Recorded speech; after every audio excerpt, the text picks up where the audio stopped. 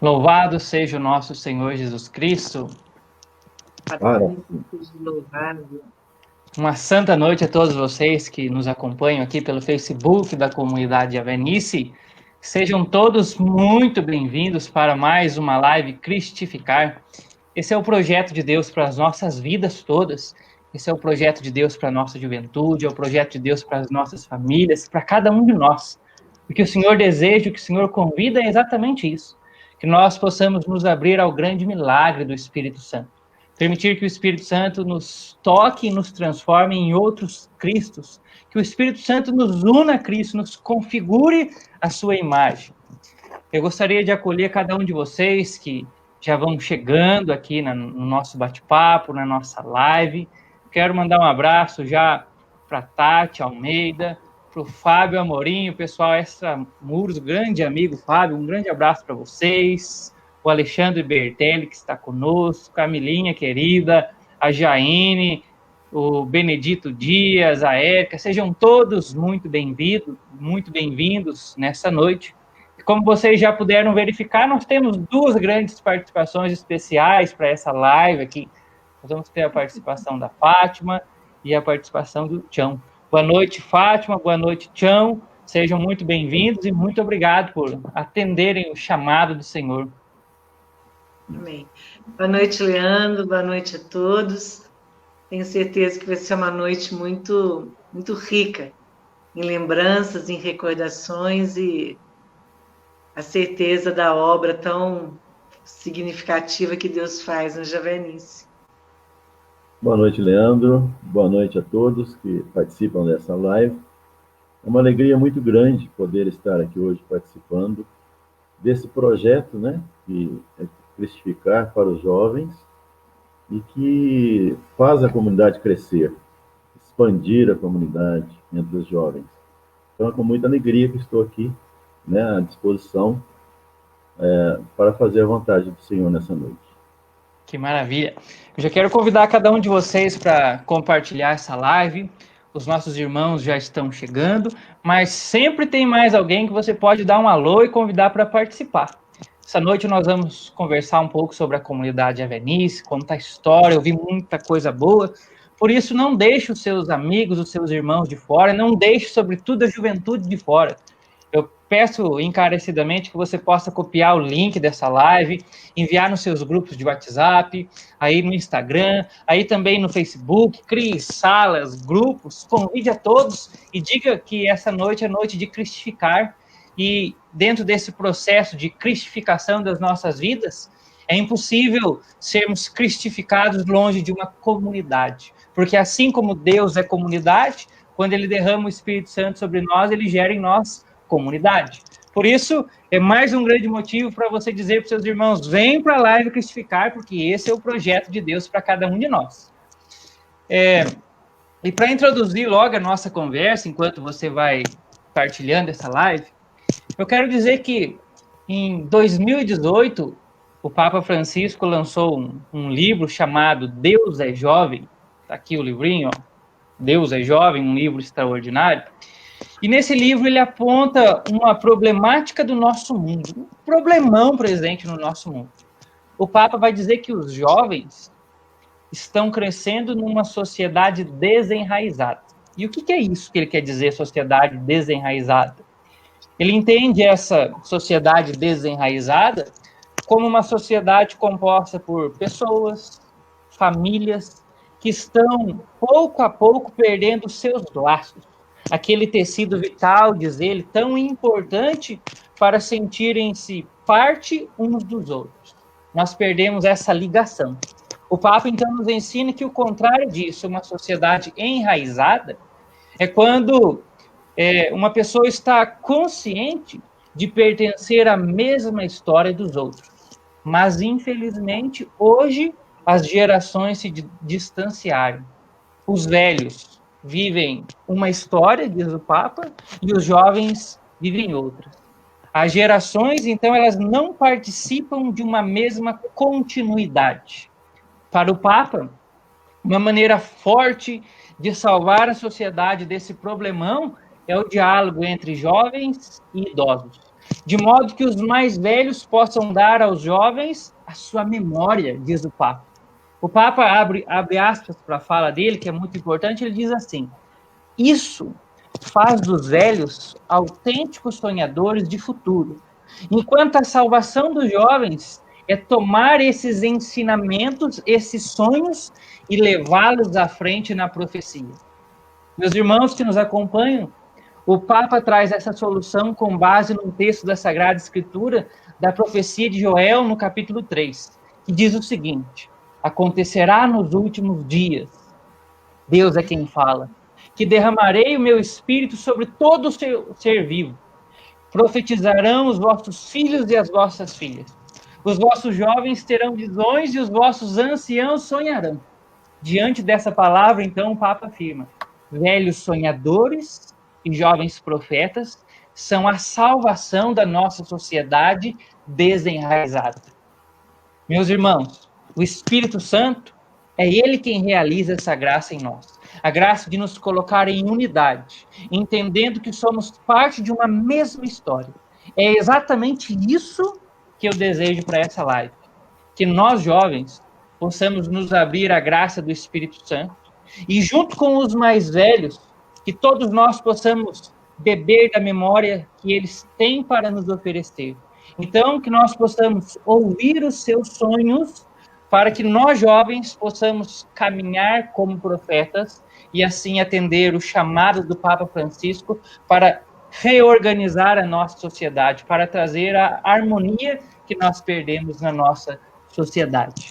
E para que isso aconteça, eu convidei aqui o Tião e a Fátima.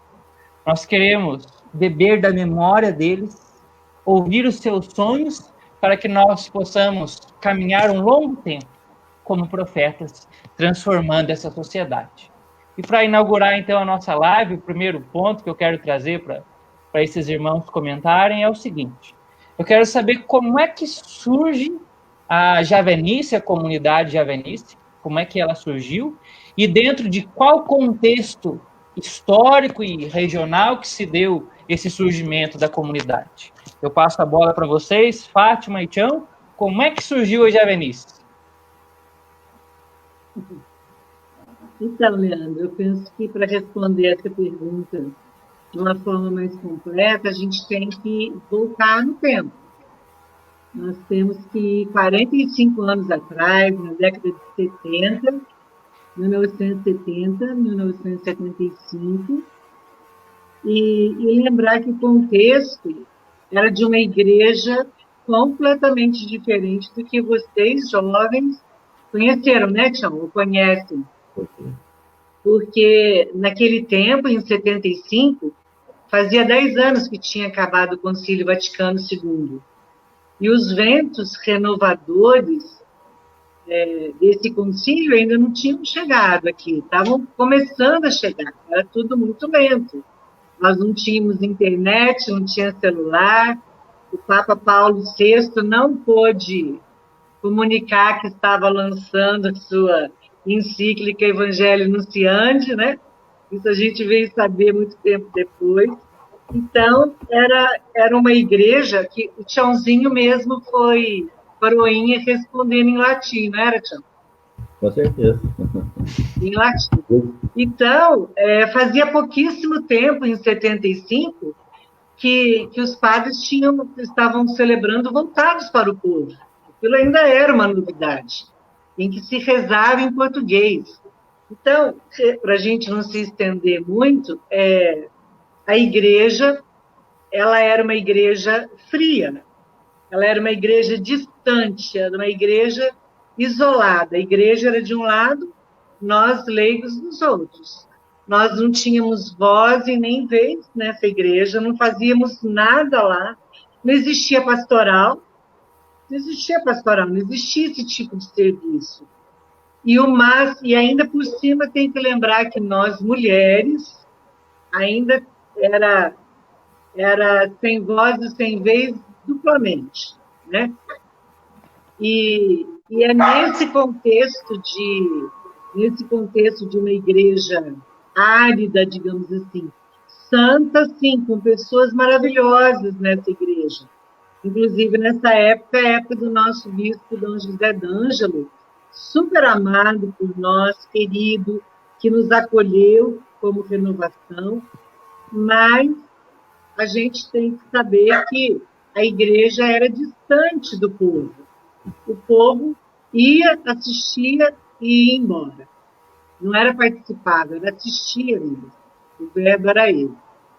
E é nesse contexto que a renovação chega, e chega especificamente aqui em Pouso Alegre, né? Sede da diocese. E eu fico pensando e fico analisando os fatos que a renovação chegou como se ela fosse um oásis. Ela caiu sobre nós numa realidade fascinante, porque hoje está tudo pronto, hoje o pessoal já nasce e vai para um grupo de oração, já conhece. Há 45 anos atrás, gente, tudo era novíssimo. Olha, em 1975, eu tinha 21 anos. Eu nasci numa família católica, de maré desci. Eu fui educada num colégio católico de freiras. Eu tinha 21 anos e nunca tinha pego uma Bíblia. Eu não tinha Bíblia. Eu não era exceção. O Tião também não tinha. A Mila não tinha. Ninguém tinha Bíblia. A gente não sabia manusear isso aqui. Se você falasse, olha, abre aí em João 17, de 10 a 20, o que é isso? Então, pensa, a renovação chegou e aonde a renovação passava, ela abria uma janela, ela abria portas, ela abria um horizonte que a gente nem sabia que existia. Então, aquele Deus que os nossos pais, principalmente, aprenderam, e a gente ainda pegou um resquício, falava que Deus estava lá nos vigiando, nos olhando, a renovação veio e falou, tá sim, tá te olhando mesmo, tá te vigiando para te cuidar, tá vigiando para zelar por você, tá vigiando para te acolher com amor. Esse Deus, ele sabe seu nome, ele te chama pelo nome. Vocês, de 20, de 25 anos para cá, vocês não têm noção do que a gente ouvir isso pela primeira vez. Deus ama você. Deus te chama pelo nome. Isso é revirar o seu interior do lado avesso.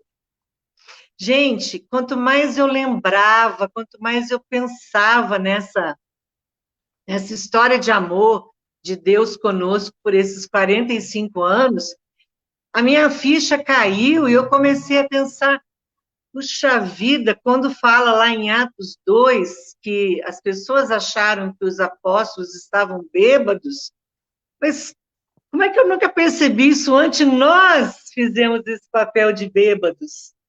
Nós éramos bêbados, porque nós entrávamos numa igreja, coisa que a gente tinha que fazer de uma forma formal, quadradinha, não podia olhar para o lado, e de repente naquela igreja a gente levantava os braços, e louvava, e cantava, e dançava, e batia palma, e rezava em línguas, e as profecias acontecendo, e o coração da gente sendo curado, a gente rezava por cura interior, rezava por cura física, e as conversões, os testemunhos acontecendo, tudo isso dentro de uma igreja que era uma igreja longe do leigo, afastada do leigo, uma igreja formal, uma igreja só institucional quase. E, de repente, a renovação vem e faz esse oásis acontecer. A gente ficou embebido, a gente ficou bêbado. A expressão é muito essa mesmo. Bêbado de Deus, bêbado de alegria. A gente não podia imaginar que isso fosse possível. E a gente estava ali. Mas a gente não estava vivendo o nosso sonho, Leandro. A gente estava vivendo, ou começando a viver, o sonho de Deus. E isso foi ficando muito claro logo no começo da caminhada. O sonho não era nosso, o sonho era de Deus. Agora a gente quis, né, esse sonho. A gente topou esse sonho, digamos assim. Mas, na verdade, o sonho era de Deus. Então, foi assim que começou. Foi assim que chegou. Para usar uma expressão de hoje, a renovação chegou chegando. Chegou chegando. Chegou fazendo, acontecendo. E eu acredito que é por isso que o Tião está aqui hoje, que eu estou aqui hoje, porque essa alegria, esse impacto, esse estar bêbado não acabou. E é por isso que a gente sonha. E é por isso que a gente sonha. E é por isso que a gente é feliz. É por isso que a gente é feliz. Porque Deus foi realizando e a gente foi se apaixonando. 45 anos de paixão. Ô, Tião, você também é 45 anos de comunidade? Então, eu conheci a renovação, Leandro, na primeira experiência de oração da Casa de Oração. Né? Foi um convite assim para nós participarmos, eu e a Mila, e foi assim uma reviravolta, igual a Fátima falou, porque eu conheci a igreja antes do concílio, fui coroinha, ajudava a missa em latim, né? Eu respondia alguma coisa que eu não sabia o que era. Nós tínhamos um papel, coroinha tinha um papel, eu respondia em latim, mas não sabia o que acontecia, né? Na missa, as pessoas rezavam terço, as senhoras velhas, né, naquela época, rezavam o terço na missa, e o que salvava da missa era a homilia do padre, né? Porque o restante era tudo desconhecido para nós. E nós tivemos a graça de participar de um encontro de jovens, eu e a Mila, ainda namorados, que também nos abriu bem a cabeça, porque foi uma experiência não igual à renovação, mas foi uma experiência na nossa vida de juventude. Quando surgiu o convite para participar da experiência, para nós foi uma alegria, né, estonteante, igual a Fátima falou. Uma experiência de oração que gerava em nós essa alegria, essa simplicidade, né? O rezar, o falar com Deus de uma forma pessoal, sem receios, né? O levantar as mãos para cantar, que não existia na igreja, né? Uma alegria que partia mesmo do nosso coração pela graça do Espírito Santo. Então, foi uma experiência muito, muito generosa da parte de Deus para nós podermos iniciar, né, vamos dizer assim, a renovação na Diocese de Pouso Alegre, aqui na Casa de Oração. Mesmo porque em outubro, novembro de 95, os cursilistas tiveram um início de experiência de 75. Eles tiveram, meu pai participou lá no seminário, mas também foi alguma coisa que não foi à frente, porque era para cursilista, que tinha um outro tipo de ensino, né? E nós participamos desse início em 76, foi uma grande alegria para nós, poder fazer essa experiência de Deus. Orações, partilhas nos cenáculos, oração de intercessão, né, dos dirigentes da experiência, rezando por nós, oração em línguas, que até então não havia, né, na igreja. Foi assim um conhecimento muito puro para nós, uma alegria muito grande. E também a sequência disso, né? Depois da experiência que nós fizemos, vinham os aprofundamentos, né, encontros periódicos, assim, de 15 em 15 dias. Eu tive a graça de estar, no início, constantemente na casa de oração por causa do violão, cantar. Então, foi muito gratificante para mim poder participar de outras experiências de oração, de outros aprofundamentos, né? Até que surgiram os grupos de oração. O primeiro grupo de oração de Pouso Alegre, o Monsenhor Mauro fez lá no asilo, né? Depois foram se expandindo pela cidade. Mas, assim, uma alegria que não tinha explicação, né? Hoje, a renovação é conhecida nos meios na TV, né, Canção Nova e tudo. Mas naquela época não tinha isso. Era a igreja muito fria, igual a Fátima falou, e que surgiu no nosso meio essa oportunidade de reconhecer-se amado por Deus, que transforma o nosso coração, transforma a nossa vida. Então, levantar a mão, cantar, a alegria de bater palma, né, as celebrações dentro da casa de oração, foi muito gratificante para nós. Que enriquecedor ouvir tudo isso. Tem algumas pessoas que estão se conectando neste exato momento, alguns jovens que estão chegando. Ao longo da live, vocês vão conhecendo melhor esses dois grandes amigos, dois grandes personagens da comunidade, a Fátima e o Tião.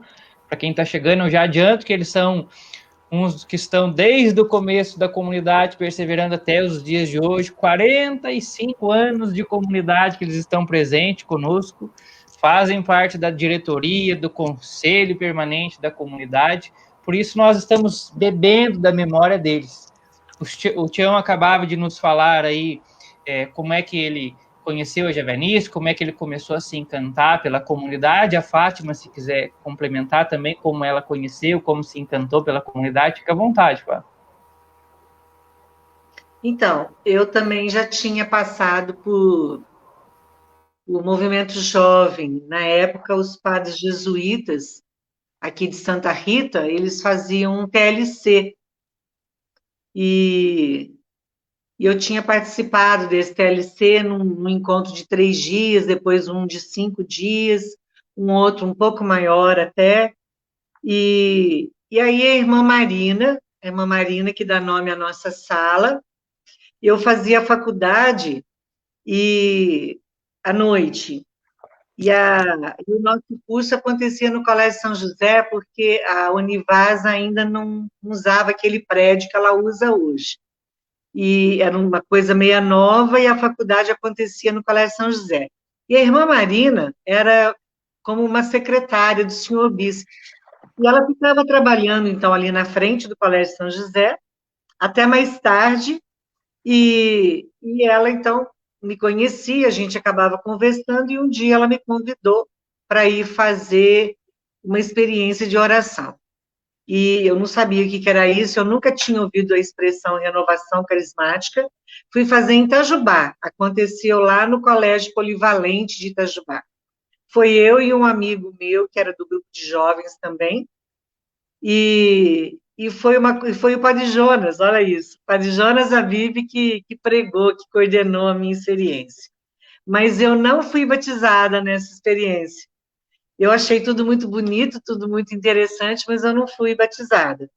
E aconteceu que nos momentos de oração, quem estava conduzindo nos convidava a rezar juntos, e o povo desatava a rezar, igual a gente faz hoje.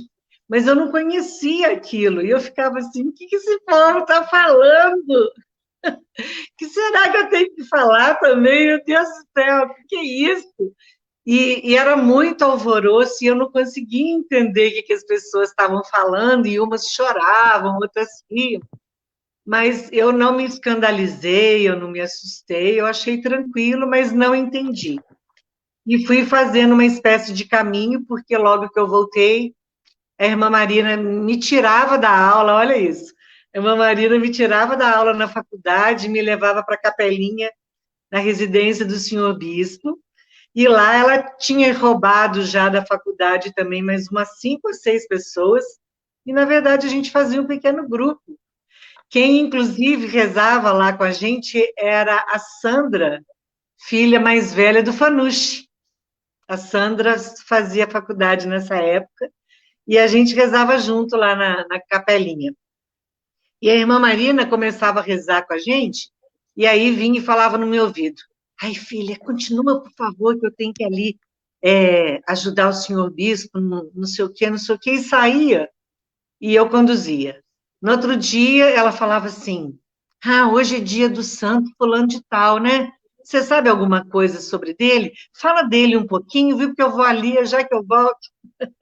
E aí eu fui fazendo um laboratório de conduzir grupo e de pregar no grupo sem saber que chamava isso. quando eu fui para a equipe de serviço, que eu descobri que isso chamava conduzir grupo e pregar. E aí eu fui fazendo um caminho já dentro da própria equipe de serviço, porque o Monsenhor Mauro aí já nos reunia às quartas-feiras aqui no Salão Azul, mas foi no congressinho de 1977, que é o congresso que a gente conta como data de nascimento da comunidade, porque é aí que o nosso nome Javernice foi oficializado. Foi nesse congresso que aí eu fui batizada no Espírito Santo e andei a uns 3 metros do chão e dei trabalho para quem rezou para mim, porque eu não conseguia parar de rezar. E aí foi tudo muito bom. Eu me lembro que nessa época eu acordava à noite e estava rezando em línguas. Nossa, eu sonhava com um grupo de oração, eu abençoava todo mundo. Nossa, foi muito louco. Foi muito louco, foi muito bom. Graças a Deus. Foi assim. O pessoal já. Tião, só um minuto, o pessoal que está começando a trazer algumas perguntas aí, eu peço para vocês segurarem que no final da nossa live nós vamos abrir para vocês trazerem alguma partilha, algumas curiosidades que vocês estejam desejosos em saber da Fátima e do Tião. Nós vamos abrir no final da live um momento específico, aí uma meia hora, 20 minutos, para colher perguntas. Fica à vontade, Tião. Então, o nosso encontro de jovens, providencialmente, foi na casa de oração, que até então era um seminário dos pavonianos, né? E foi lá em 69 que nós fizemos o encontro de jovens. E, posteriormente, em 76, eu já conhecia o Monsenhor Mauro, né? Porque eu fui coroinha da catedral e ele era o vigário-geral. Aí ele foi na casa de móveis onde eu trabalhava comprar colchões para a casa de oração. E ele perguntou: Tião, você tem algum planejamento para esse final de semana? Eu falei: não, meu senhor, eu não tenho nada, não. Vou ver com a Maria Ângela, que é a Mila, né? Quem que mandava desde já, né? Para ver se eu posso ir. Aí ele falou: tá bom.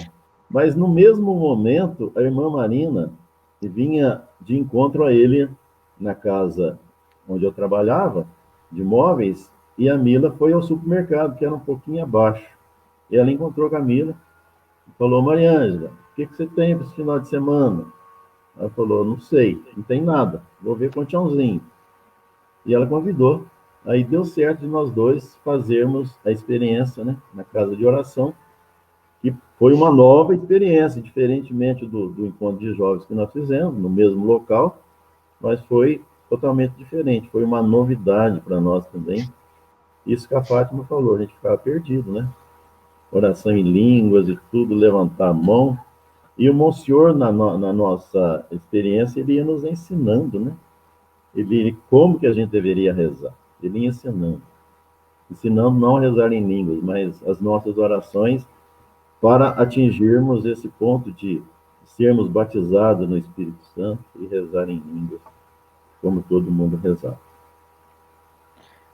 Aproveitando que o Tião já deixou esse ensejo, já vou para outra pergunta que eu estou curiosíssimo de saber. Eu acredito que a maioria dos jovens também que já frequentam a nossa comunidade estejam super ansiosos para esse momento. Quero saber a respeito do vô, nosso fundador, Monsenhor Mauro Tomazini, fundador da comunidade Javernice. Como era o vô, o nosso fundador? Como é que aconteceu a conversão dele? Como era o seu jeito de viver?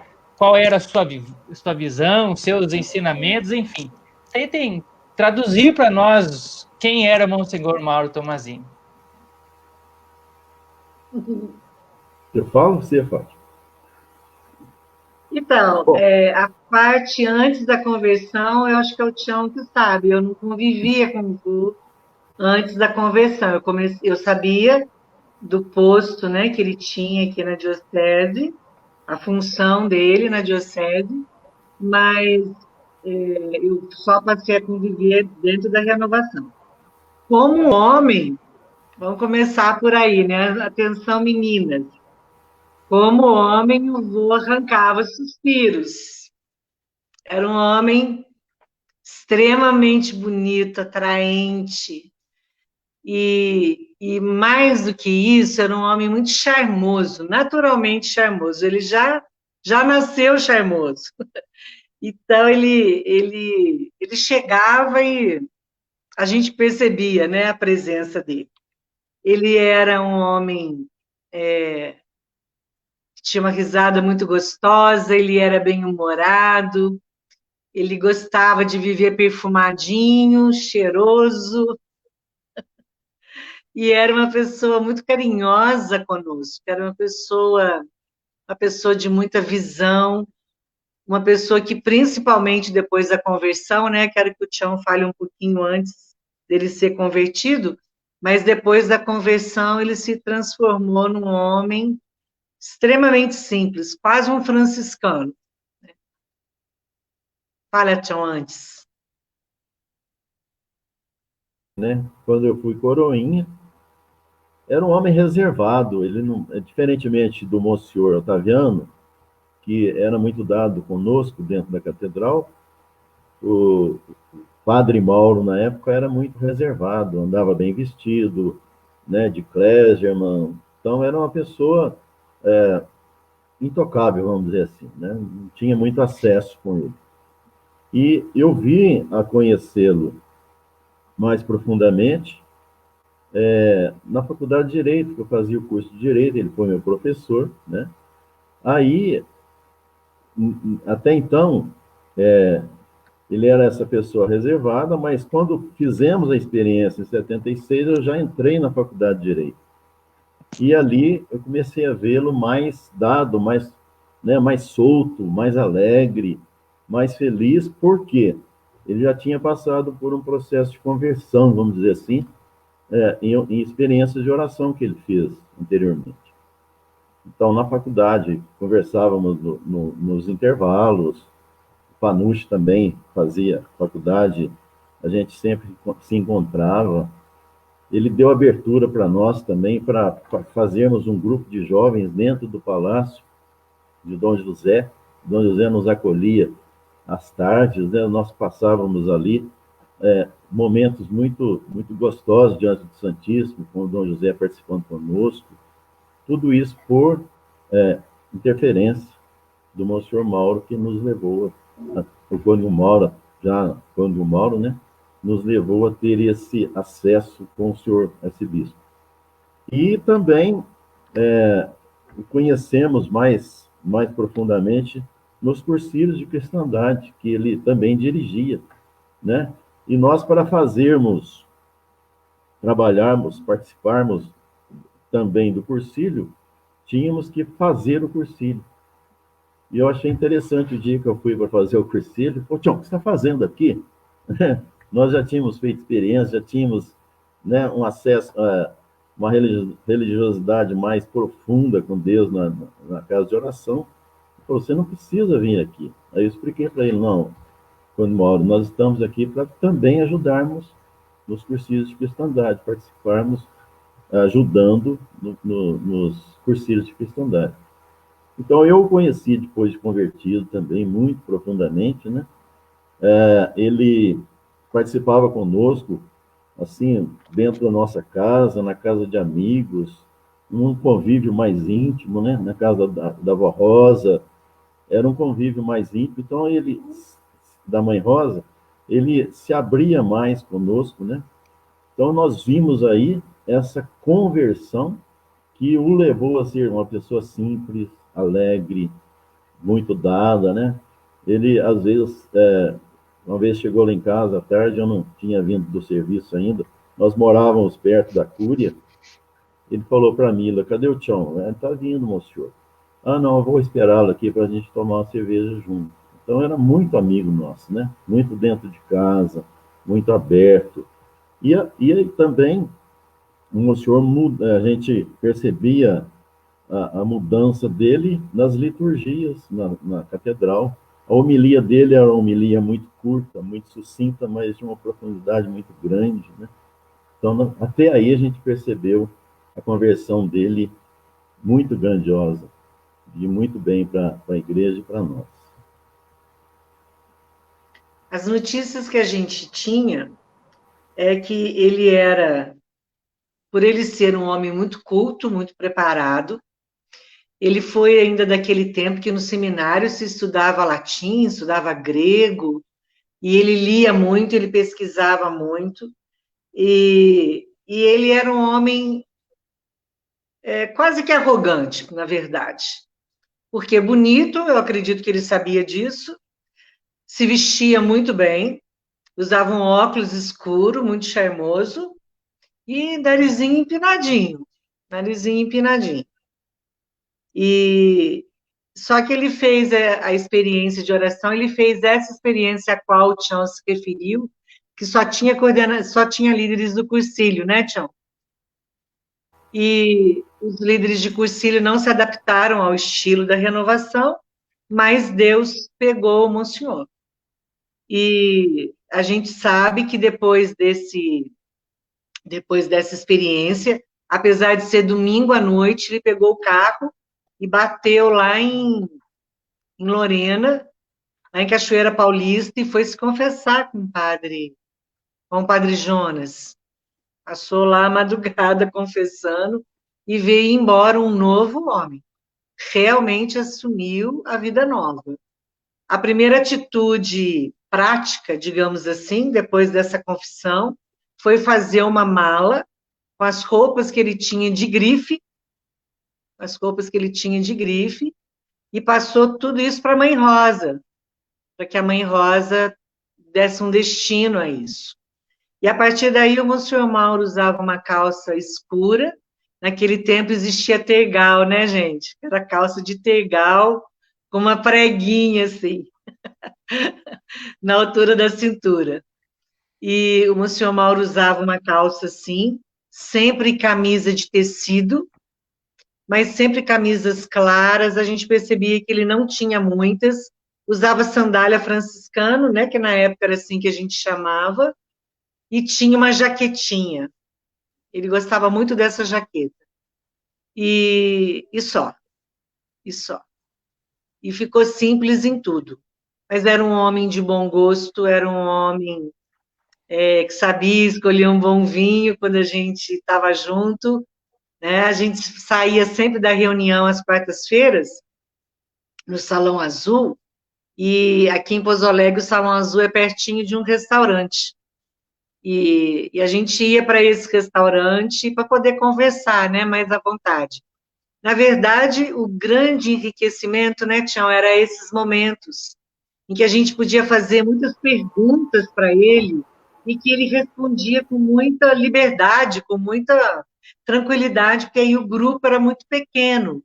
Então, esses momentos eram muito ricos, porque aí saía pergunta de tudo quanto era tipo, desde coisas, às vezes, pessoais que a gente partilhava com aqueles amigos que estavam conosco ali, até problemas da nossa equipe de serviço, até problemas com pessoas mesmo da nossa comunidade, dúvidas com relação à palavra de Deus, e aí ia a conversa, e isso misturava com esporte, misturava com política, e o que eu sei é que toda quarta-feira os garçons punham as cadeiras viradas, né, Tchau?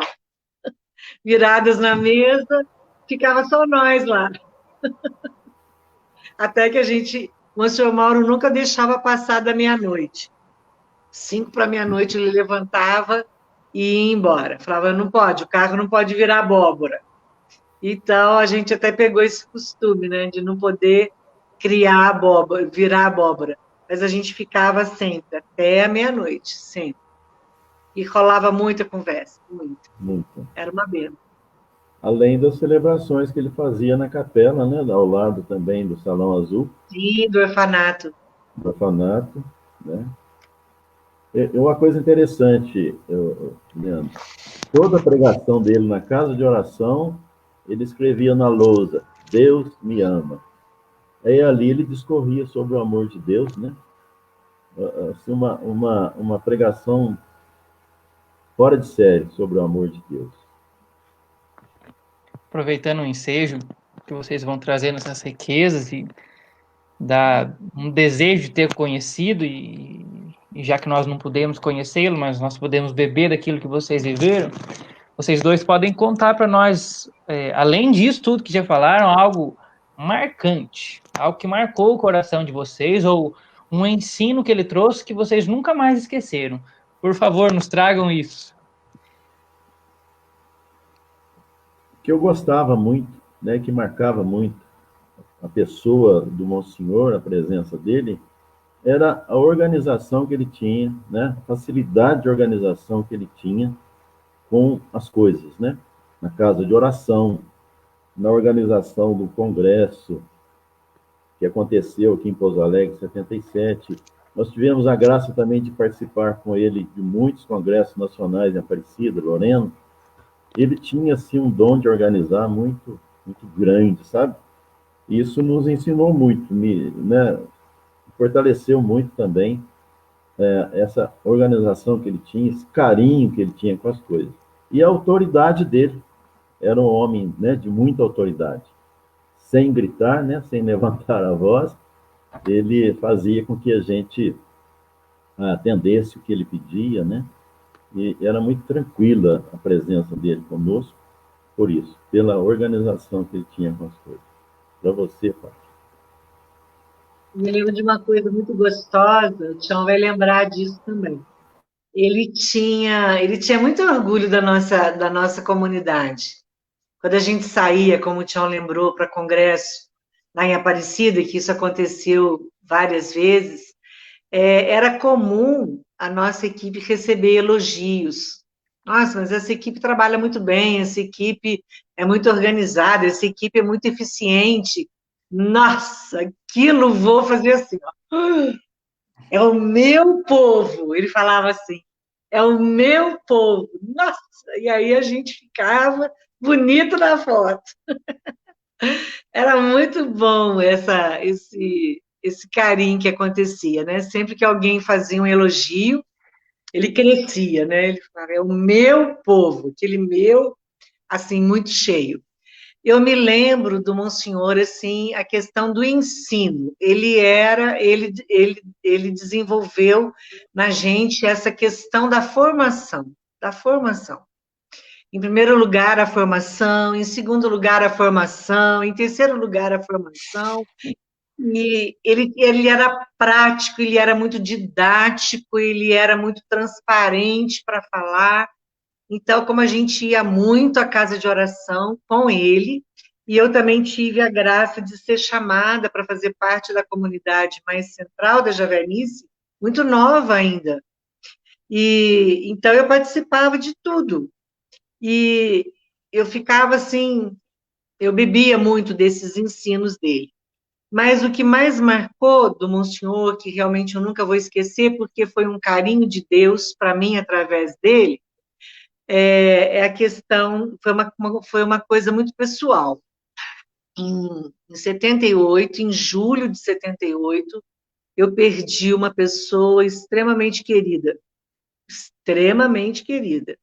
E foi um acidente, então era uma coisa, claro que inesperada, e eu sofri muito, e o Monsenhor Mauro me carregou no colo, literalmente, me carregou no colo de julho a dezembro desse ano. No dia que seria a missa de sétimo dia dessa pessoa, eu estava na casa de oração, numa experiência com o Monsenhor Mauro, trabalhando numa experiência com o Monsenhor. E uma amiga minha contou para ele, avô, a Fá está abatida porque aconteceu isso. Já era de noite, isso era sábado à noite, nós estávamos na capela. Naquele tempo, a experiência se desenrolava de uma forma um pouco diferenciada, a gente tinha tempo à noite para rezar quase que individualmente para as pessoas que estavam na casa. Aí, quando a pessoa contou para o vô o que tinha acontecido, ele falou, senta aqui. Me fez sentar do lado dele, me puxou, me encostou no ombro dele, e eu apaguei, eu dormi no ombro dele, e ele continuou atendendo as pessoas. Só mais tarde, Quando aquilo acabou, eu acordei, a pessoa falou, Fátima, o senhor só faltou atender a confissão para você dormir aí no ombro dele. Mas, assim, foi um carinho enorme. E, a partir disso, como o Tião já lembrou, a gente saía também da reunião da quarta e ia para a capela do orfanato. Às vezes, eles punham o Santíssimo, a gente rezava, fazia momentos de intercessão. E sempre que a gente ia para a capela, ele me segurava e falava, vem cá que eu vou rezar por você. Ele não ficava fazendo perguntas, ele não ficava dando conselhos, mas ele rezava por mim, sempre. E aí, quando chegou em dezembro, de novo, eu estava na casa por causa de um evento e ele também. Aí ele me chamou, sentamos juntos, e ele refez comigo na lembrança esse caminho que ele fez comigo, que ele me levou a fazer, e me perguntou agora, como é que você quer seguir com a sua vida? Que caminho que você quer seguir? Na hora que eu abri a boca para falar, ele falou, não, agora a resposta não é comigo. Vai lá para a capela, fica diante do sacrário e fala para o Senhor o que você quer para você. Então, foram 6 meses de uma atenção e de um carinho que não me deixaram desmontar diante daquela dor, né? Que ele me amparou para que os pedacinhos meus não caíssem, né? Os cacos não caíssem, porque foi muito sofrido mesmo, foi muito intenso. E ele me carregou dessa forma, rezando por mim, e quando eu olho para trás e vejo tudo isso, eu percebo que isso tudo foi um jeito de Deus me falar, eu te amo, eu cuido de você, eu zelo por você, foi através dessa pessoa, o senhor Mauro. Então, eu sou extremamente grata a ele por esse carinho pessoal, né? Que me acompanhou, que me ajudou a me refazer nesse momento de dor, e que eu pude caminhar depois sem como é que eu vou falar? Sem estar presa a esse fato, né? Sem estar voltando a esse fato. Pude caminhar na liberdade realmente dos filhos de Deus. Então, foi muito marcante isso. Que marcava também muito, Fátima, nas quartas-feiras, é que ele nos ensinava como pregar nos nossos grupos de oração, né? Ele dava o tema e ensinava, parte por parte, como deveríamos desenvolver o tema, né? Com o cuidado que ele tinha conosco, para que não pregássemos coisas fora do contexto, né? Ele nos ensinava toda quarta-feira, lá no Salão Azul, ele fazia isso conosco. Fazia a gente estudar o tema, e na quarta ele cobrava, nos ensinando como pregar. E o carinho dele também nas experiências, né? A parte do valor de atender confissão, ele não tinha, vamos dizer assim, método para atender confissão. Ele ficava até as madrugadas, atrás da capela, na casa de oração, ele atendia até a hora que desce as pessoas, né? Esse carinho que ele tinha na experiência de oração, no atendimento das dificuldades das pessoas e no atendimento das confissões. O Tião falou da autoridade dele e falou que ele nunca elevou a voz. Mas eu me lembro, o Tião vai lembrar também, de uma situação que o Monsenhor Mauro ficou bravo. Mas ele ficou muito bravo. Foi uma única vez. É porque quando a renovação começou, apareceram nos grupos de oração muitos espíritas. Muitos espíritas. E a gente falava muito de Espírito Santo, e eu não sei se havia uma certa confusão. Então, apareceu nos grupos de oração, era muito comum aparecer espíritas. Na verdade, não eram espíritas convictos, eram pessoas que precisavam ou quiseram tomar um passe e foram para um terreiro espírita, mas depois vinham para o grupo de oração. E houve uma reação de algumas pessoas na equipe de serviço, houve um tititi de ficar, eu não posso pôr a mão no espírita porque eu vou ficar contaminado. Ah, eu não posso rezar para o espírita, porque senão vai acontecer não sei o que comigo. Ai, gente, esse dia, o vô cantou de galo. Nó, eu achei que ele fosse bater nos dois lá. Mas ele ficou muito bravo. Ele só não chamou de ridículo e ignorante quem tinha essa atitude, né? Mas ele ficou muito bravo, mostrando que isso não tem nada a ver, que isso não existe, que todo mundo é filho de Deus e que se a pessoa está lá, a gente tem sim que pôr a mão e que tem que, aliás, a gente falava carcar a mão, né? Tem que carcar a mão e rezar mesmo e clamar pela libertação, que não tinha que ter medo, que Deus era por nós. Aí nesse dia ele falou bravo, Foi o único dia também e eu acho que o tema era propício a isso, né? A pessoa abusou. Com certeza, as histórias que vocês têm são muitas.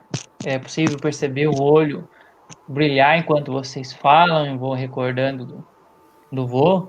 É possível também ficar encantado com os testemunhos daqueles que conheceram, estão comentando aqui na live.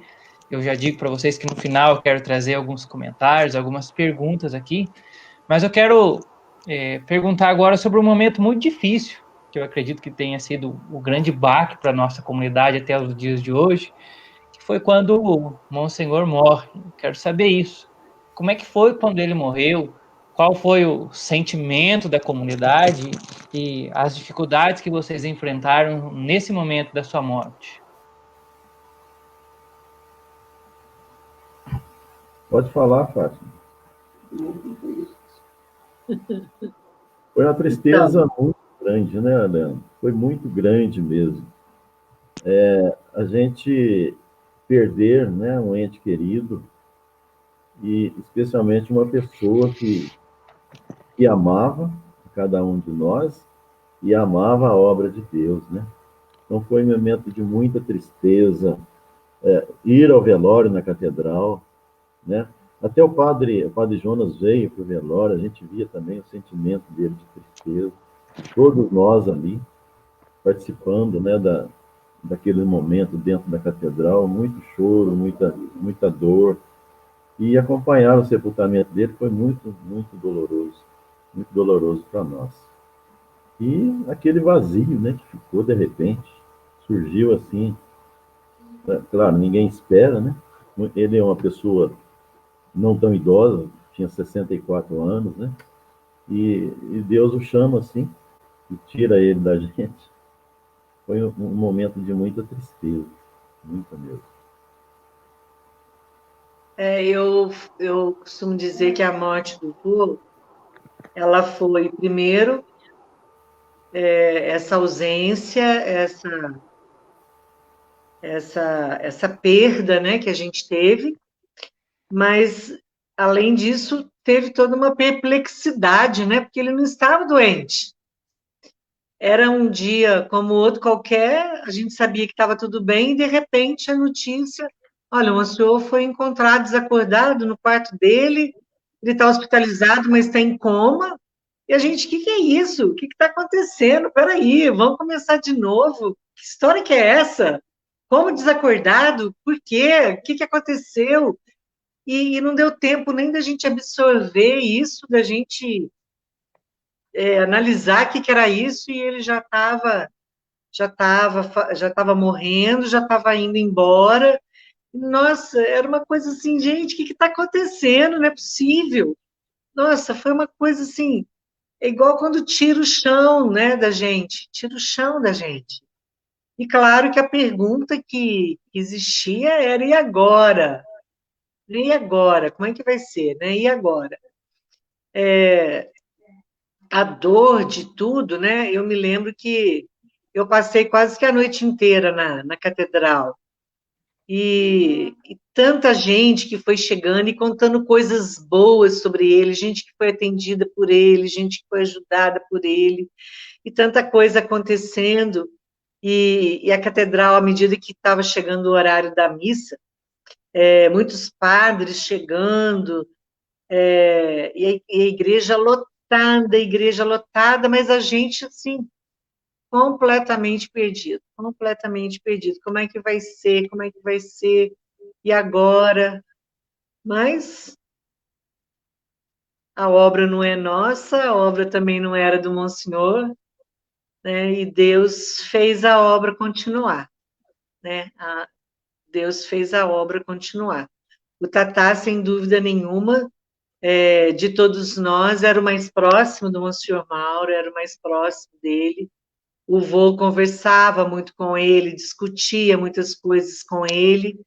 Então, realmente, a pessoa que mais sabia o jeito do vô pensar diante da realidade comunidade, da realidade igreja, sem dúvida nenhuma, era mesmo o Tatá. E aí foi juntar todo mundo e vamos, né, gente? Tem que ir, precisa ir. E o vô, de certa forma, embora, claro, a caminhada ainda tivesse, pelo tempo que a gente tem hoje, a caminhada estava na metade desse tempo, né? Quando ele morreu, a gente estava na metade desses 45 anos. É 94? Isso. Então, dezembro, né? 4 de dezembro. Então, o que aconteceu? Ele já tinha deixado o embasamento disso, como eu já tinha falado anteriormente. A questão da formação já corria na nossa veia nessa época. A obediência ao senhor bispo já corria na nossa veia nessa época. O amor à igreja já fazia parte da nossa vida, como ensinamento dele. O amor ao Santíssimo, sermos pessoas de Eucaristia, também já era uma herança que ele já tinha inculcado no nosso coração. Conversarmos, partilharmos, estarmos sempre juntos para resolvermos as coisas, foi outra coisa que ele nos ensinou. Então, o básico, a estrutura da comunidade, o Monsenhor já tinha colocado no nosso coração, a gente já vivia isso com ele, né, Tião? A diferença foi depois a gente viver isso sem ele. Claro que com muita dor, com muita saudade sempre, e aí as coisas afloravam, tantos fatos, tantos acontecimentos, tantos momentos bons, tantas histórias, tantas orientações práticas, mas o básico da comunidade, que são os alicerces da Javernice até hoje, que são os alicerces da Javernice, são para sempre. A gente já vivia, a gente já vivia. O Monsenhor, uma coisa que nos impressionava também é que ele era um homem de igreja. Ele era um homem fiel à igreja, ele amava a igreja. Ele amava a igreja. Ele sofria enormemente com a notícia de um sacerdote que deixasse o ministério, ele sofria enormemente com algum escândalo que acontecia na igreja. Ele era um homem de igreja e ele nos ensinou esse amor. Apesar de todo problema, apesar de toda dificuldade, muitas vezes, em relacionamento, e por aí vai, mas ele nos ensinou esse amor. A obediência ao senhor bispo, a obediência ao senhor bispo, isso é uma herança que nós aprendemos com ele. O amor à Eucaristia, e é interessante a gente perceber que aquela profecia, né, tão querida e tão importante para a Javernice, ela veio depois, né? Mas ela confirma esse amor do vô, né? Ao redor do sacrário, capela, ao redor da capela, a casa, ao redor da casa, a comunidade, mas ao redor do sacrário.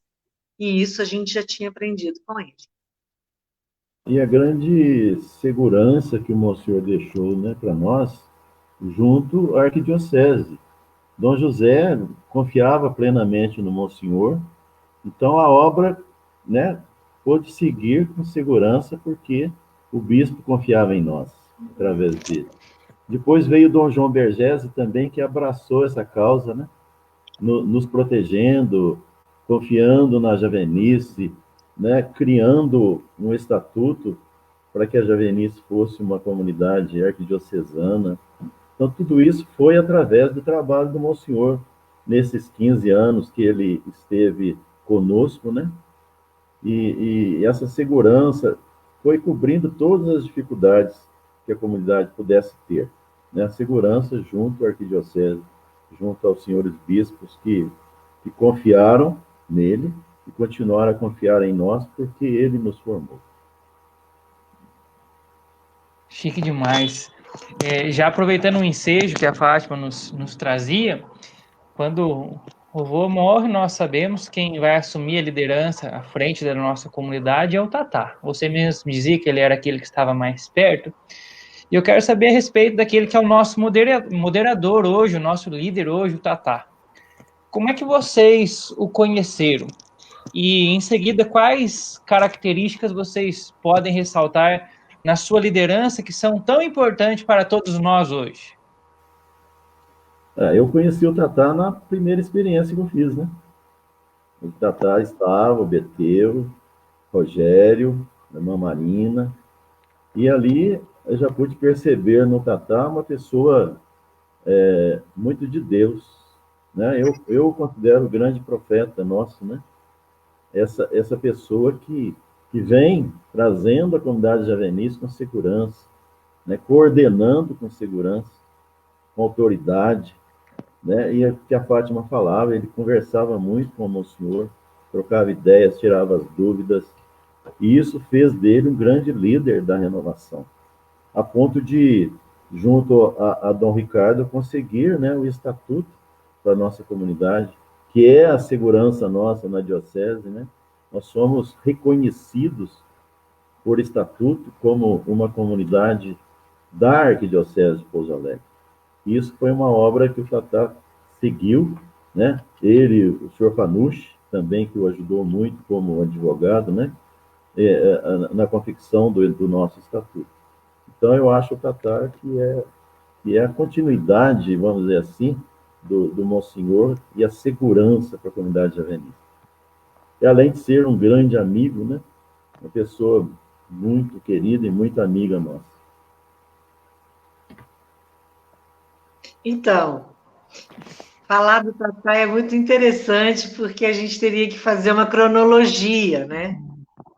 Porque o Tatá já foi bravo, gente. Mas o Tatá já foi bravo. Mas o Tatá já foi bravo de um tanto, sabe? Que o povo morria de medo dele. Nossa Senhora. Era tudo muito louco. O Tatá era muito desnorteadinho, sabe? Na verdade. Será que ele está assistindo, Leandrinho?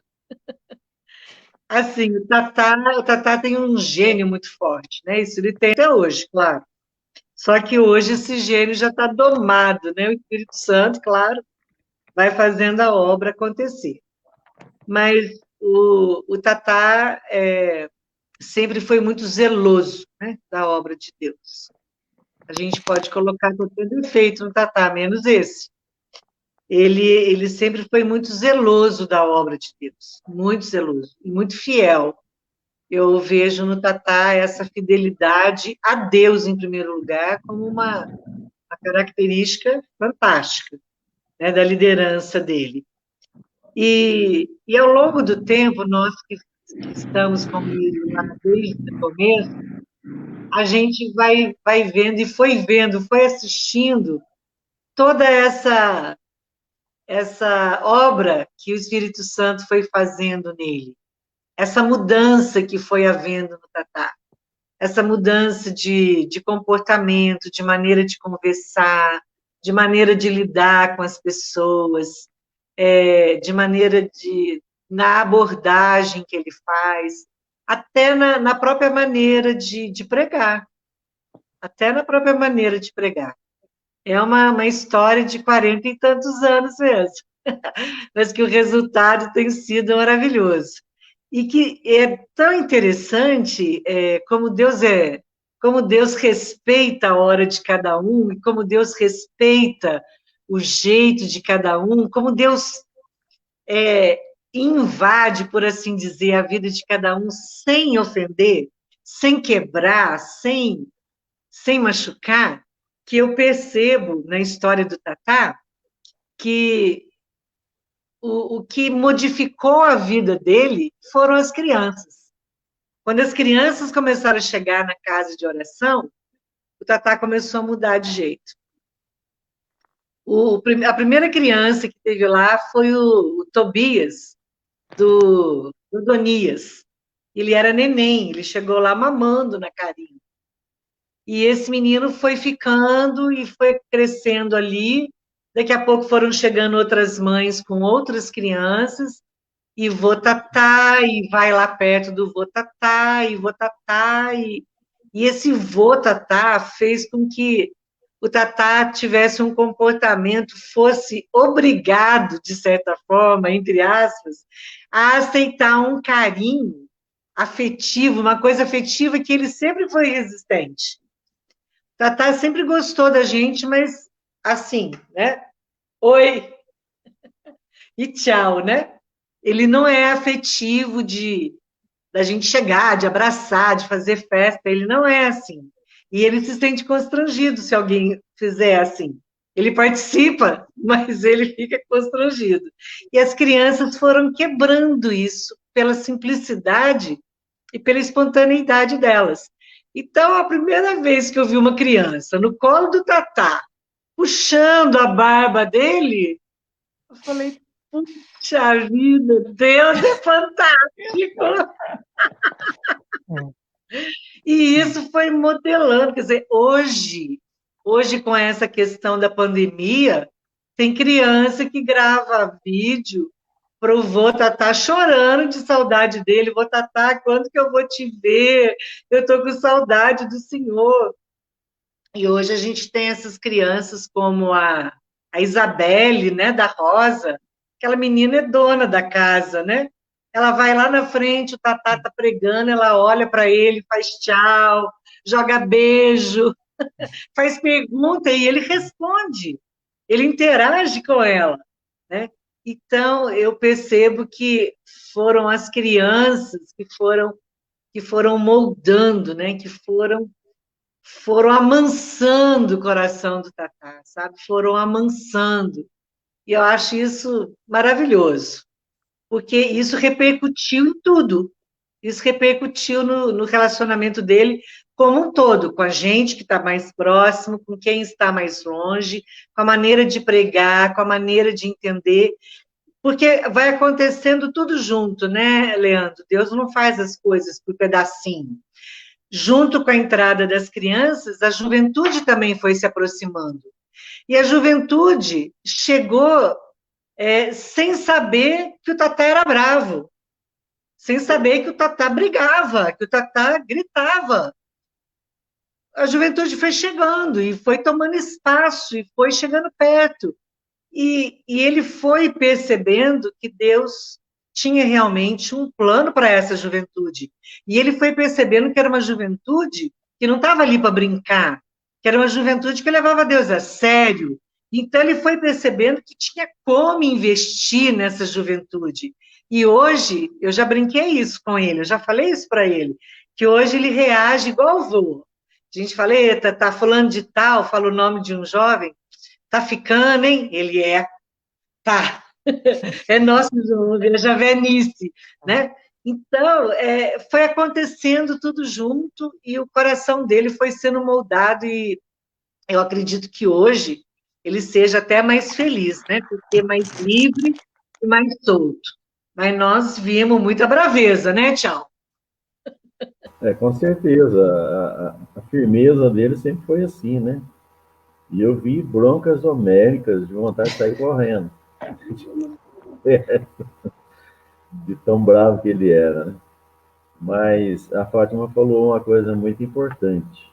A abertura dele para as crianças, mas especialmente o investimento dele na juventude, né?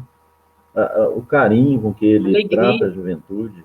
Nós já sempre tivemos, nós sempre tivemos encontros de jovens na casa de oração, né? O Geraldo foi um dos precursores de coordenar os jovens, depois Marcão, e foi assim ele investindo sempre, porque sabe, né, que a juventude é que vai dar sequência na comunidade e eles têm que ser bem formados, né? eles têm que ser bem informados. E o Papa fala alguma coisa muito importante: o diálogo é necessário e muito importante. O diálogo entre os mais velhos e a juventude, para que dê firmeza e dê essa segurança para a comunidade. É preciso que os jovens sejam bem informados. E ele investe muito nisso. O horário nosso vai avançado, já estamos com 1 hora de live. E eu vou trazer uma última questão, porque eu quero abrir, tem muita gente curiosa, muita gente perguntando de Pito, como é que foi a compra da casa de oração. Eu quero abrir para algumas perguntas, algumas curiosidades muito interessantes. Eu quero convidar você para participar conosco. Eu vou trazer a última curiosidade minha aqui e eu quero conversar com vocês daqui a pouco. Essa última pergunta que eu trago aqui, eu tive a oportunidade de fazê-la para o Tatá um dia, numa reunião com a juventude, num retiro de liderança da juventude no ano passado, e quase que o encontro acabou quase que a pregação não aconteceu, e quase que não teve jeito de acontecer, foi só uma choradeira de todos os lados quando nós começávamos a ouvir a respeito dos sonhos. A última pregação do encontro, nós perguntávamos para o Tatá qual era o seu sonho. Eu entreguei o escopo do retiro para ele que desenvolveu, e falei para ele, mas a última pregação não, a última nós vamos determinar aqui. Quero que você fale sobre os sonhos da Javenice. Foi algo espetacular. Quem desejar acompanhar aquilo que o Tatá trouxe para nós, tem no YouTube da comunidade, aquilo que ele sonha para a comunidade. E como nós estamos bebendo daqueles que construíram a comunidade, nós estamos pegando prontinho para tocar o barco, para ajudar na construção. Eu quero ouvir de vocês, Fátima e Tião. O que é que vocês sonham hoje, a partir de hoje, para a comunidade de Javenice? Fala, Fátima. Leandro, eu tenho a plena convicção de que se a história já está com 45 anos, é porque nós ouvimos a Deus. Porque não fomos nós que determinamos. Não foi ninguém que falou, gente, vamos ter comunidade. Não foi assim. É tudo Deus que nos conduziu, tudo Deus que deu a palavra, tudo Deus que profetizou e que foi confirmando essa profecia. Então, na verdade, o meu grande sonho, o meu grande desejo é que a Javenice tenha sempre a graça da fidelidade. A graça da fidelidade. Para que ela ouça o que Deus quer e para que ela possa pôr em prática o que Deus quer. Claro que, a parte disso, a gente tem muitos sonhos físicos, digamos assim, de construção, de melhorias. Eu sonho com uma loja física aí no espaço da casa de oração, né? Porque até agora a loja tem sido cigana, né? O encontro é na Irmã Marina, nós vamos para o Dom Ricardo. O encontro é no Dom Ricardo, nós temos que ir para a Irmã Marina. Então, eu sonho com uma loja física e com outras tantas melhorias na casa. Mas isso tudo vai acontecer no tempo certo, na medida que a urgência se fizer presente.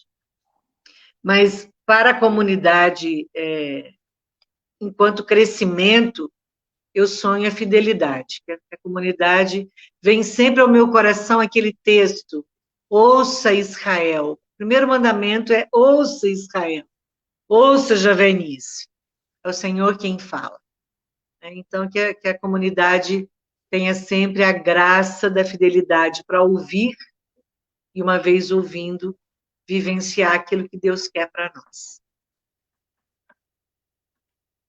Bom, eu vou até repetir o que a Fátima falou, porque também é o que eu penso. A comunidade seja cada vez mais comprometida, mais fiel, né? E mais unida nesse trabalho a que somos chamados, né? Como comunidade diocesana e até fora dos muros, né? Que a comunidade mantenha isso, essa unidade, essa fidelidade na unidade para levar adiante. E a confiança tem que ser nos jovens e nas crianças que estão sendo formados. Eles são o nosso investimento para que a comunidade chegue, avance cada vez mais no comprometimento, na fidelidade e na unidade. Nós confiamos nisso. né? E a nossa oração é sempre nesse sentido. Confiar naqueles que vêm para que a comunidade continue a obra que Deus chamou para a nossa diocese, para a nossa comunidade de Avenidas. Que bênção de Deus.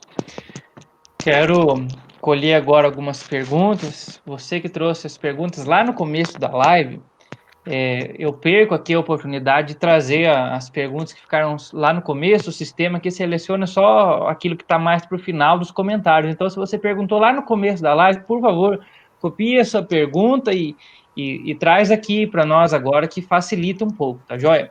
Mas uma que repetiu por pelo menos umas 5 pessoas aí, Tião e Fátima, é a respeito da compra da casa de oração.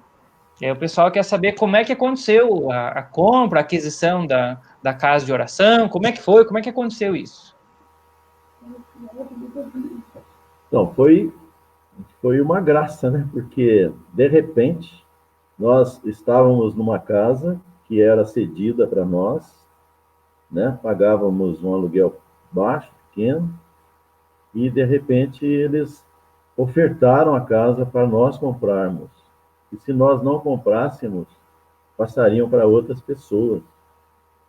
Então, foi assim um movimento, né, muito, muito rápido para ser feito, para que a gente juntasse esse dinheiro para comprar casa. O que aconteceu? Todas as comunidades se envolveram, né, pessoas fiéis à comunidade, pessoas que também de fora foram convocadas, fizeram leilão de gado, doações e tudo, né, até atingirmos o montante necessário para comprarmos a casa de oração. E o dinheiro arrecadado foi exatamente o que eles pediram. Dinheiro que sobrou foi para a compra do telefone. Então, foi assim, uma obra de Deus mesmo, né? Foi o óbolo da viúva, vamos dizer assim, porque era necessário a gente adquirir a casa, senão perderíamos o nosso endereço, né? E isso foi uma obra gigantesca, muito rápida, tinha que ser muito rápida. Tanto que quando chegamos com dinheiro para comprar a casa, eles assustaram até, né? Porque eles pensavam que nós não íamos conseguir. Nós conseguimos, e o dinheiro é exatamente aquilo que sobrou. Tinha o telefone, que na época era vendido, o telefone fixo, e foi comprado o telefone com esse dinheiro e zerou o nosso caixa. Esse imóvel, que é hoje a Casa de Oração Monsenhor Mauro Tomazini, tinha sido um seminário, como o Tiãozinho já reportou a isso, dos padres pavonianos, que ainda existem aqui em Pouso Alegre, né? Os padres que são lá da escola profissional. E nessa época que houve a oferta da casa, perguntaram se a gente queria comprar. O provincial deles, que era um italiano mor, estava aqui no Brasil, então conversou com o Monsenhor Mauro, fez a proposta, o Monsenhor fez uma conta-proposta, que foi aceita, e aí nós saímos loucos. Pensa, num povo louco. Porque, como disse o Tião, a gente foi para a rua vender pedaço de bolo a leilão de gado, cada um fazia o que sabia. Então, era panqueca, era pastel, era bolo, era pipoca, sabe? O que você tinha em casa, você saía vendendo. Fora doações que a gente conseguiu, e pelo entusiasmo das pessoas que já conheciam a obra e que doaram, e fomos juntando, e fomos juntando, e fomos juntando, e tinha o dia marcado para a gente apresentar isso, lá na Casa de Oração com o Monsenhor. Então, Pouso Alegre não sabia quanto que Itajubá ia levar, Itajubá não sabia quanto que Andradas ia levar, né? Fomos levando, e chegou lá na casa, o Monsenhor foi chamando as comunidades, foi fazendo uma chamada. Cada comunidade que era chamada punha o dinheiro em cima da mesa, o dinheiro foi contado, era literalmente o dinheiro da casa. E aí, como o Tião falou, sobrou um troco. O senhor perguntou, quanto que vocês querem na linha do telefone? X, matou. Então, ele falava que a gente comprou com a porteira fechada, né, Tião? Isso, O vô falava assim, a gente comprou de porteira fechada, porque ficou até o telefone conosco. Mas foi um relâmpago, foi um relâmpago. Foi uma coisa, foi Deus mesmo, gente. Eu tenho a impressão que na hora que o Monsenhor falou, nós vamos comprar, Deus olhou para um anjo lá determinado e falou, desce e leva um bando com você, porque a gente não teve dificuldade. Onde a gente batia, a gente encontrava ajuda, a gente encontrava respaldo, e a gente fez tudo numa velocidade, numa alegria. Foi uma experiência fantástica, mas relâmpaga. Uma experiência assim, acabou. O pessoal está perguntando aqui, o José Carlos, que ano que foi comprada a casa? Foi 91, no ano de 91. 91. Ah, o Monsenhor morreu nesse ano. Você falou aquela hora 94, Leandrinho? É 91. Mas é 91. 91? Nós compramos a casa no começo, mais no primeiro semestre, e ele faleceu em dezembro. Foi mesmo. Uma outra pergunta que o César trouxe lá no começo, eu estou resgatando aqui. Ele perguntou qual foi a maior dificuldade que vocês viveram em todos esses anos como comunidade de Javenice, o momento mais difícil, além da morte do vô. Eu acho que o momento mais difícil foi quando Deus bateu o martelo conosco para nós sermos realmente comunidade e efetivarmos essa vontade dele. Inclusive no compromisso e tudo mais, esse caminho. Por quê? Porque antes disso, antes de 2001, antes de 2000, nós trabalhávamos ligados à paróquia. Então, se você chegasse aqui em Pouso Alegre, tinha renovação na paróquia do Santuário, na paróquia da Catedral, na paróquia de Nossa Senhora de Fátima, na paróquia do São João. Na época era só nós 4. Em Itajubá tinha na Soledade, em São José, nós éramos ligados às paróquias. Quando Deus foi falando mais claramente nessa questão de comunidade, foi discernido que então nós tínhamos que fazer uma opção por ser comunidade javenice, uma opção por sermos igreja servindo a Deus dentro da Javenice. Só que nas paróquias, naquele tempo, era muito comum as pessoas da equipe de serviço serem ministros da Eucaristia, serem catequistas de batismo, serem catequistas infantil, para fazer parte do grupo que pregava para casais, para noivos. Aí o que acontecia? Tem uma liderança na casa. Eu não posso ir porque está batendo com a minha reunião de ministro. Eu não posso ir porque eu vou estar dando um curso de casais. Então, a gente foi amadurecendo a ideia de ser comunidade e veio o momento em que foi falado, agora você escolhe. Ou você fica com a pastoral, ou você vem para a Javenice. Aí foi um momento de muita dor. Nossa Senhora. Por quê? Primeiro que as pessoas que tinham 2 funções, digamos assim, ficaram divididas. Muitas tiveram dificuldade de fazer opção, num primeiro momento. E, em segundo lugar, os padres ficaram horrorizados, porque eles iam perder a mão de obra. Muitos não gostavam muito de nós, mas respeitavam a mão de obra qualificada que eles tinham. Pessoas que tinham formação, tinham responsabilidade, se assumia o compromisso, cumpria até o fim. E, de repente, essas pessoas começaram a falar, eu vou ser javenice, então não posso mais ficar nessa pastoral. Nossa, nós perdemos muita gente, né, Tião? Muita gente não ficou conosco e, às vezes, não ficou nem com a pastoral. Muita gente saiu, muita gente se sentiu confusa, muita gente ficou sofrida, muita gente deixou a comunidade sem entender, bravo com a comunidade, se sentindo ofendido. Nossa, eu tenho a impressão que se a gente pudesse até fazer em porcentagem, dos 100% que a gente era, a gente deve ter caído para uns 60%. Todas as comunidades tiveram perdas humanas, muitas perdas. E eu acho que eu me lembre, eu acho que foi depois da ausência do vô, que a gente já estava de novo achando um caminho, foi o momento mais complicado. Mas que teve como fruto a oficialização da nossa identidade. Quer dizer, o fruto foi poderoso, né? Foi fantástico. E também, né, Fátima, com essa opção, né, pela comunidade, começaram a crescer as comunidades, as casas de formação, né, as formações específicas para a formação dessas comunidades em cada lugar que se encontrasse. Isso aí deu um fortalecimento, né, com as casas de formação, que seria o endereço da renovação em determinado lugar, não especificamente na paróquia, né? Então, houve essa expansão dentro da diocese com as casas de formação. Por quê? Porque houve uma opção radical pela comunidade, né? Tivemos a graça de ter também a autorização para termos o Santíssimo nas casas, né?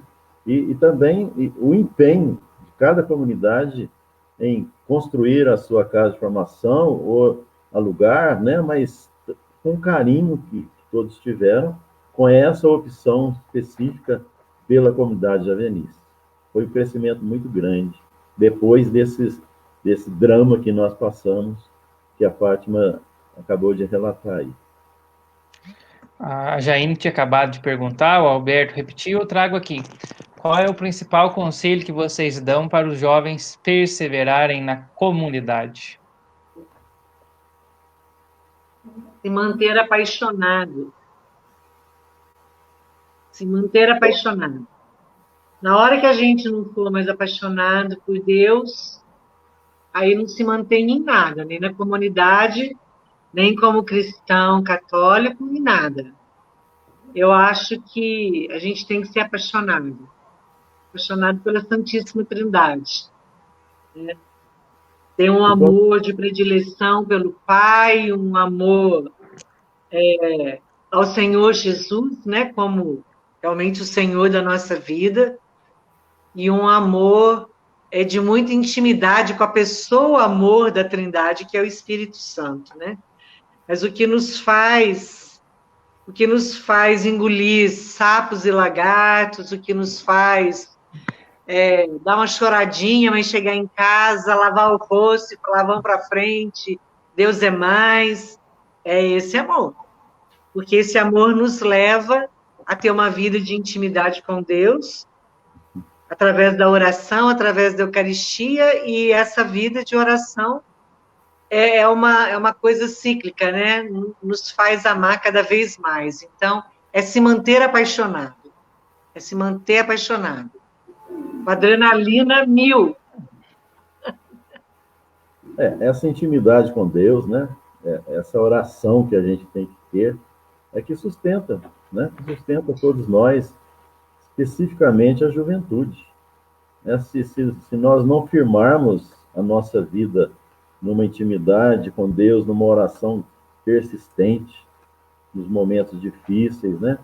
Deixar tudo que vamos dizer assim, só uma alegria disfarçada, né? Não uma alegria plena, porque muitos dos jovens podem ter isso, uma alegria momentânea, né? Mas só a oração, a intimidade com Deus é que vai fortalecer esse segmento de Jesus, né? E cumprir o que ele pede, porque existe essa intimidade com Deus. Existe uma oração persistente, constante, não uma coisa etérea, uma coisa passageira. E não ter medo dos problemas. A juventude, muitas vezes, se defronta com o problema, já desiste.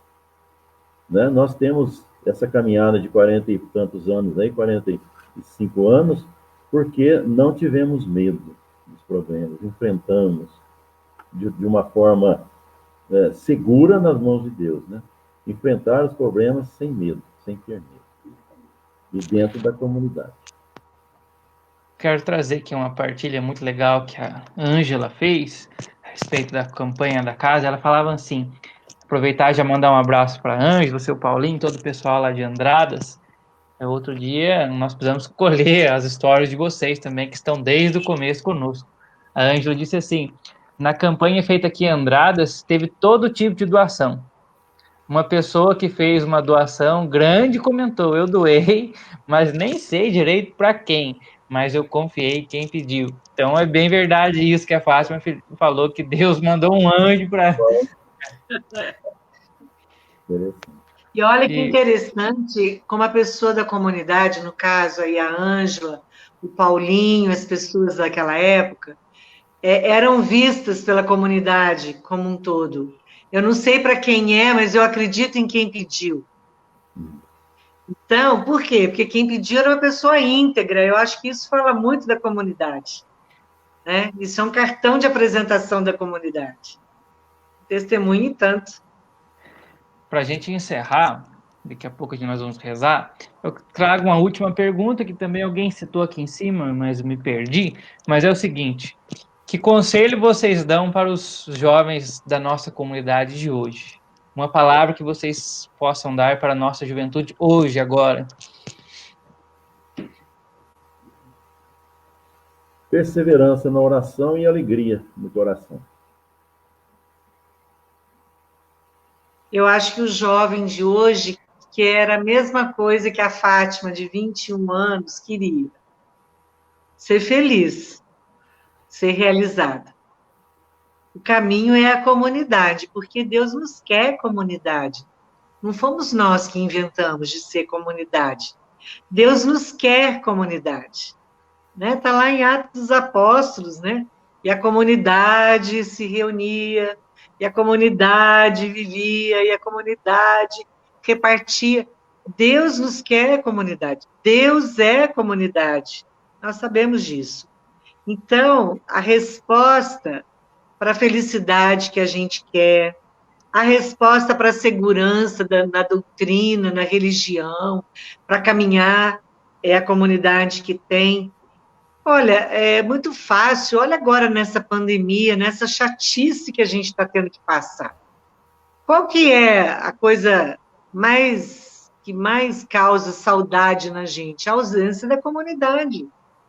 A gente queria estar com a comunidade, a gente queria estar rezando olho no olho, não é assim, olhando pela internet. Né? Na comunidade, eu sempre falo isso aqui na Emanuel, sempre vai ter alguém que vai estar pronto para te ajudar. Sempre vai ter. Nunca vai acontecer de você chegar na comunidade e estar todo mundo abatido. Não. Um vai salvar a pátria.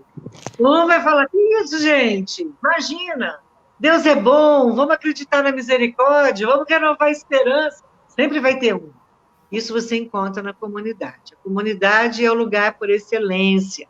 Falando nisso, meu beijo querido, meu abraço apertadão para todos da comunidade Emanuel, saudade, todo mundo que eu vejo na terça e na quarta, mas só pela telinha.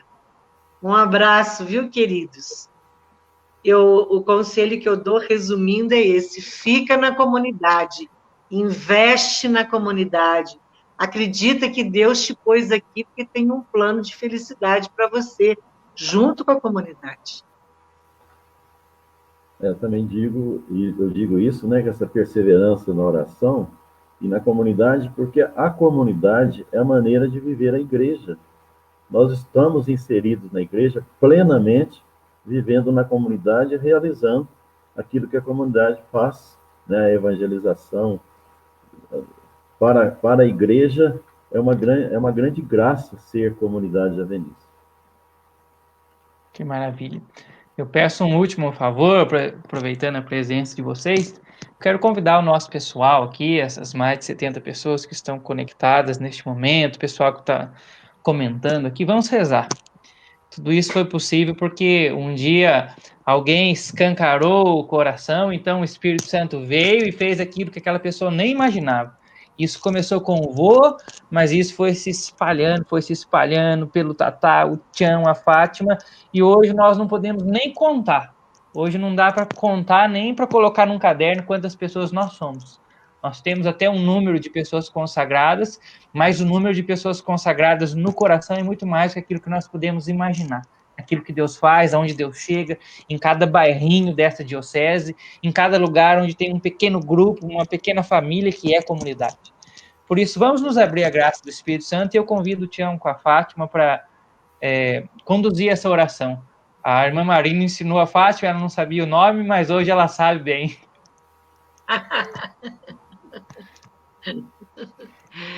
Eu quero te louvar e bendizer o teu nome, Senhor, por esse privilégio de ser comunidade javenice. Eu quero te dar graças, Senhor, por ter aprendido tão cedo como é bom viver em comunidade. Quero te agradecer imensamente, Senhor, pela passagem do Monsenhor Mauro na minha vida, pela presença do Tiãozinho, da Mila, pela presença do Tatá, pela presença da Tânia, pela presença dos meninos todos, enfim, desse povo que nós queremos tão bem.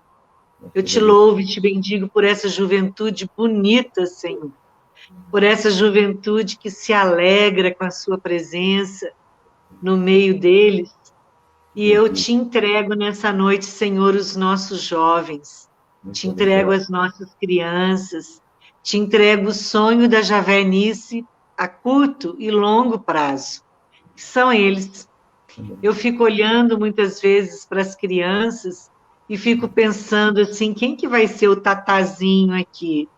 Quem será que vai tomar conta da loja? Quem será que vai coordenar o Ministério Gabriel? Quem será que vai coordenar o Ministério de Pregação? E assim vai. A história anda, a história caminha, e nós temos caminhado sob a sua graça, Senhor, porque o Senhor é a nossa bandeira, o Senhor é aquele que vai à nossa frente e dá sentido a tudo que nós vivemos, as dificuldades, mas às grandes alegrias, às grandes realizações. Por isso eu louvo, bendigo o teu nome, que é santo. Amém. Eu te agradeço, Senhor, eu te bendigo pela vida do nosso fundador, aquele que nos precedeu, né, como pessoa a conduzir uma comunidade. E pelas palavras dele, se de tudo que fizermos não ficar a comunidade, não fizemos nada. Se do pouco que fizemos ficar a comunidade, fizemos tudo. Eu te louvo e te agradeço, Senhor, por isso. Pela vida, pelo dom da vida do Monsenhor e pela obra que ele iniciou aqui na comunidade javenice. Bendito seja teu nome, Jesus. Glória a Deus. Obrigada, Jesus. Obrigado, Senhor. Eu agradeço ao Senhor, porque nesse tempo de pandemia, muitas vezes eu me sentia como ovelha sem pastor ao olhar para os desmandos e os problemas da igreja, mas todas as vezes em que o Senhor me levava a refletir sobre a vida nossa de comunidade, o Senhor me mostrava que nós não somos ovelhas sem pastor, porque dentro da comunidade nenhuma ovelhinha é abandonada. Aqui nós temos um lugar onde nós somos acolhidos pelo próprio Senhor, e muitos irmãos nos acolhem nos momentos de dificuldade. E eu quero agradecer muito a Fátima, agradecer muito o Tião. O Tatá não está aqui, mas senão nós agradeceríamos demais a ele também. Muito obrigado pelo sim de vocês, porque aquilo que vocês construíram nós não teríamos condições de pagar em termos financeiros nunca na nossa vida. O investimento que vocês deram com a vida de vocês é um investimento para a eternidade de vocês, mas que também vai ecoar na nossa eternidade. Eu agradeço demais a cada um de vocês, muito obrigado mesmo pela partilha e muito mais pelo dom da vida de vocês. Amém. Pessoal, um grande abraço, fiquem com Deus, muito obrigado por participarem, por serem pacientes conosco nessa live. E na semana que vem nós vamos ter uma novidade, muitos talvez não conheçam, mas existe um sacerdote que é consagrado à nossa comunidade e ele estará conosco. O Padre Carlos estará conosco na semana que vem, um grande amigo da nossa comunidade. Se Deus quiser, sexta-feira que vem ele estará conosco aqui, dando um testemunho de vocação, falando sobre vocação. Então, agora, se você não conhece, fica sexta-feira, é o momento de você conhecer o Padre Carlos, tá joia? Fátima e Tião, uma santa noite para vocês, um bom final de semana. Obrigada. Obrigado, Leandrinho, pela oportunidade e que Deus abençoe a todos. Um abraço, fiquem com Deus e não se esqueçam de ser santo e cristificar, viu? Tá bom.